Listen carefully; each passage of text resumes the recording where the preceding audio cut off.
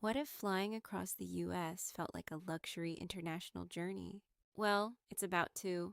United Airlines is introducing its brand new Airbus A321neo called the Coastliner, designed specifically for high demand cross country routes. These aircraft will operate on premium coast to coast routes like New York to Los Angeles and San Francisco, some of the busiest in the US. What makes it special? A heavy focus on comfort and luxury. Passengers can enjoy lie flat Polaris business class seats, a dedicated premium economy cabin, and upgraded economy seating.